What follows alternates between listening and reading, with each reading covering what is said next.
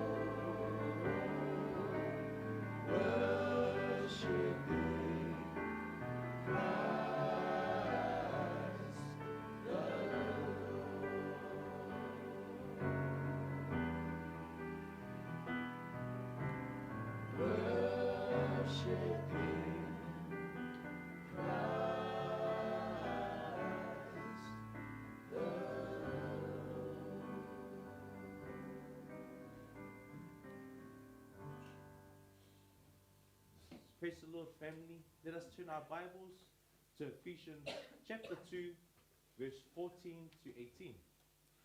Manaya pe asu mailo tusfaru mode. Ya Efeso rua, wa ipu se fulfa, se o i le fulvan. And as we turn to Ephesians chapter 2, verse 14 to 18, let us remember that the Apostle Paul wrote this letter to the church in Ephesus, a city known for its cultural diversity and religious practices. He addresses a diverse congregation of Jewish and Gentile believers. Paul's purpose in writing was to remind them of God's incredible grace and the unity they now shared in Christ. He aims to demonstrate how God's plan of salvation dismantles the barriers that divide humanity. As we learned in our last devotion, where Paul reminds the Gentiles of their former state, writing, "Therefore, remember that at one time you Gentiles in the flesh, called the uncircumcision by what is called the circumcision, which is made in the flesh by hands. Remember that you were at that time separated from Christ, alienated from the commonwealth of Israel, and strangers to the covenants of promise, having no hope. But now, in Christ Jesus, you who once were far off have been brought near by the blood of Christ." Paul reminds the Gentile believers of their past as Gentiles, highlighting the separation from God's chosen people, Israel, and the exclusion from the covenants of promise. They were separated from Christ, alienated, and strangers, living without hope or God. This stark reality underscores the transformative power of the words of verse 13, "but now in Christ Jesus," which dramatically shifts their status. Through Christ's blood, they are brought near, reconciled to God, and made part of his family. This reconciliation, not achieved through human efforts, but through Christ's sacrificial blood, breaks down all barriers, uniting believers as one. This passage sets the stage for the transformative peace Christ brings, highlighting the profound unity found in him. Today, we'll focus on this theme of Christ as our peace, a tangible reality that reconciles us to God and to one another. Let us read Ephesians 2, verse 14 to 18 in Samoan, then I will read in English. Awa oia ia.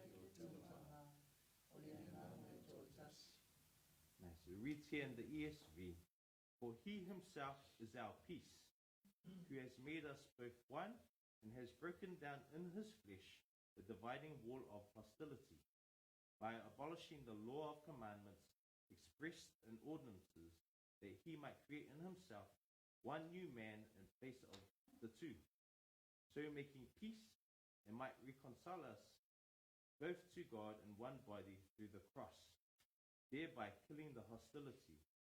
And he came and preached peace to you who were far off, peace to those who were near. For through him we both have access in one spirit to the Father." Paul begins by declaring that Christ is our peace. The Greek word for peace, irene, conveys harmony, wholeness, and the absence of hostility. This means Christ is not merely a giver of peace. He is peace itself.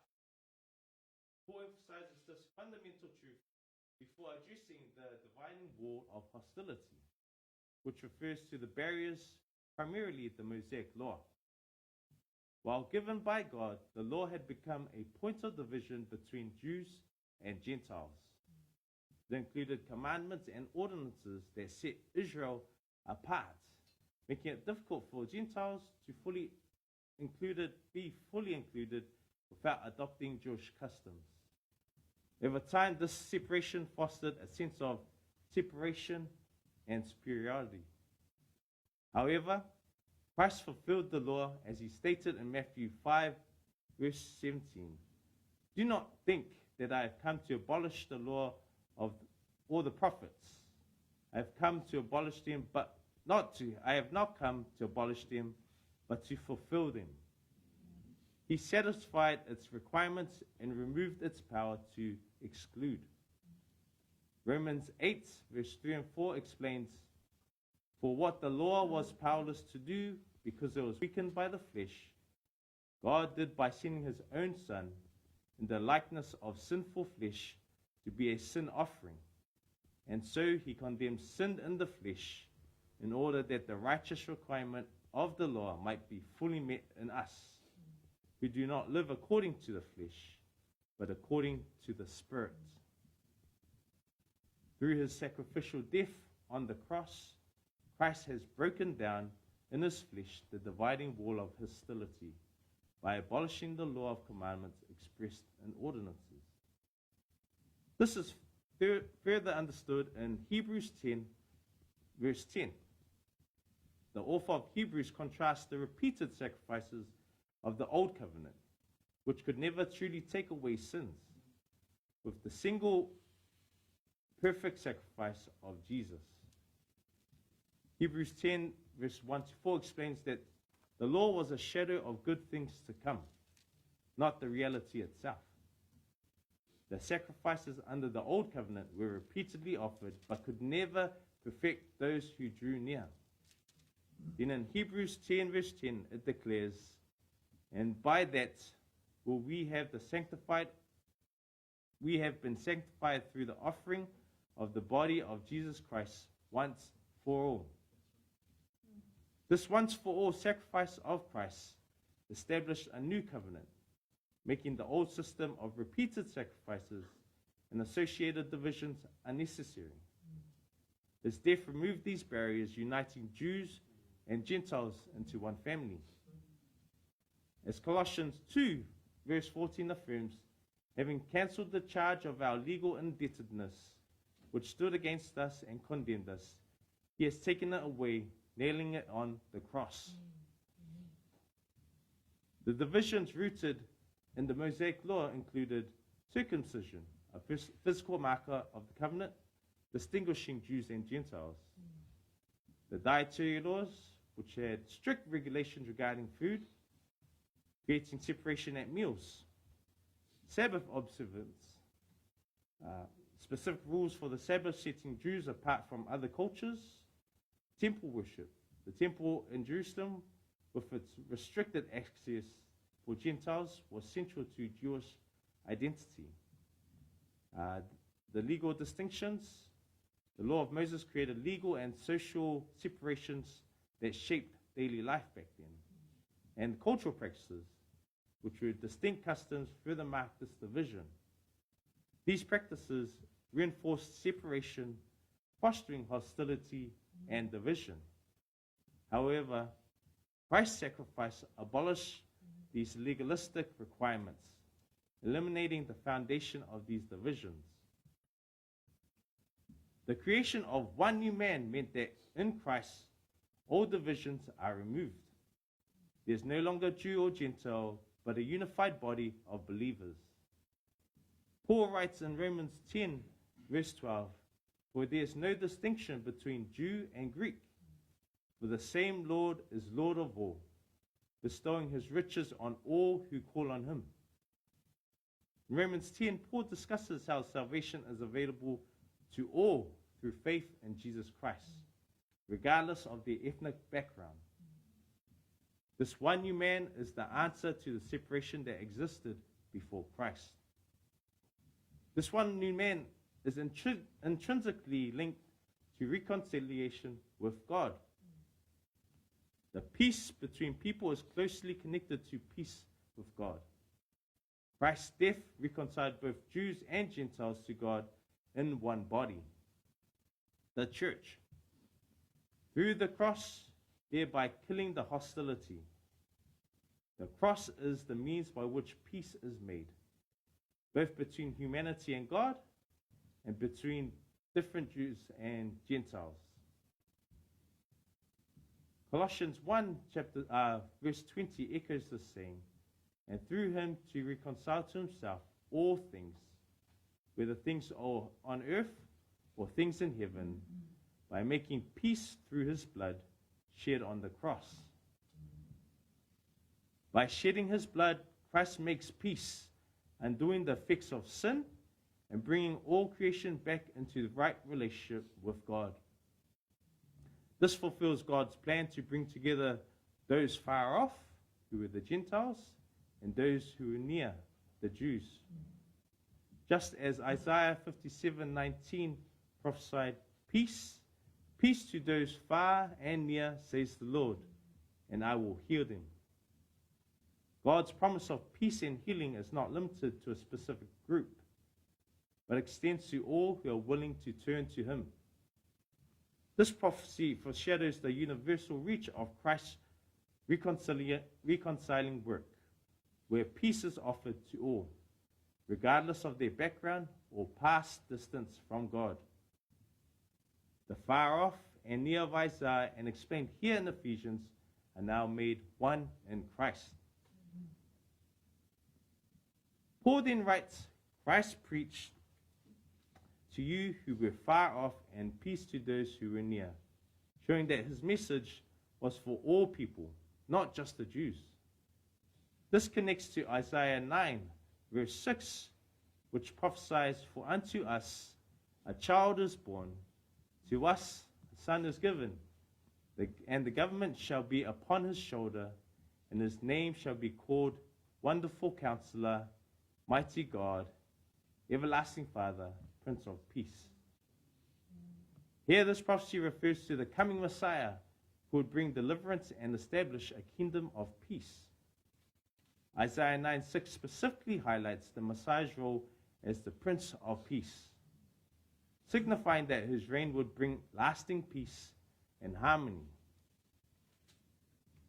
By stating that Christ preached peace to you who were far off and peace to those who were near, Paul is affirming that Jesus, the Prince of Peace, fulfills a prophetic promise, bringing his message of peace to all humanity. Paul is emphasizing that salvation is available to everyone, regardless of their ethnic or cultural background. When Paul writes, for through him we both have access in one spirit to the Father, it highlights that all believers, regardless of background, now have a direct access to God through the Holy Spirit. Jesus himself declared in John 14, verse 6, saying, I am the way, the truth, and the life. No one comes to the Father except through me. This statement emphasizes that Jesus is the sole mediator between God and humanity. He is the only path to salvation and reconciliation with the Father. In Ephesians 2, verse 18, Paul is building on this truth, emphasizing that through Jesus Christ, both Jews and Gentiles have access in one spirit to the Father. This access is not based on ethnicity or adherence to the law, but solely on faith in Jesus Christ. Paul is writing this to reassure the Ephesian believers that they are fully accepted in God's family, unified by the faith in the gospel, and have the same access to the Father as anyone else. Well, praise the Lord, family. We've learned that Christ himself is our peace, dismantling the dividing wall of hostility the Mosaic law had built between Jews and Gentiles. Through his sacrifice, Jesus fulfilled the law, making those old divisions no longer needed and starting a new way of being with God, as explained in Hebrews 10, verse 10. This one-time sacrifice created one new man, a unified body of believers where different backgrounds are no longer barriers, as Romans 10:12 tells us. This new unity is strongly connected to reconciliation with God, achieved through Christ's blood, as Colossians 1:20 highlights, bringing both Jews and Gentiles into one church. Christ's message of peace, as foretold in Isaiah 9, verse 6, extended to people both far off and near, emphasizing the universal reach of salvation. Through faith in Jesus, all believers, regardless of background, gain direct access to God through the Holy Spirit. This understanding directly impacts our personal lives, allowing us to find inner peace in Christ, even in chaotic times. Furthermore, just as Christ preached to those far and near, we are called to share his message of reconciliation with the world. This means being intentional about sharing the gospel and demonstrating the love of Christ in our actions. Knowing that Christ's peace extends to all, regardless of their background, gives us hope to share the gospel with confidence. We can offer hope to those who are lost and hurting, knowing that Christ can reconcile them to God. Well, that's the end of our devotion, so I'll close it up in prayer, and then we'll have our brothers play another song. During that time of prayer, though, please pray for our outreach team who are heading out to the markets today, and also for the people that God draws near to them, for the divine appointments and conversations. Let us pray. Heavenly Father, we're so grateful for you, Lord, and your word here today, Lord. Thank you. We understand that Christ is peace, Lord, and we know that by having faith in him, Lord, that peace dwells in us as well, Lord. We pray that you continue to work in us, Lord, to do your will, to follow what you have commanded us to do, Lord. But we also pray that we continue to share that gospel to the world, Lord, to those that we love, Lord, and to those that know, who need to know how you love us, Lord. So we ask this in your mighty name, our Lord and Savior Jesus Christ, and we all say, Amen.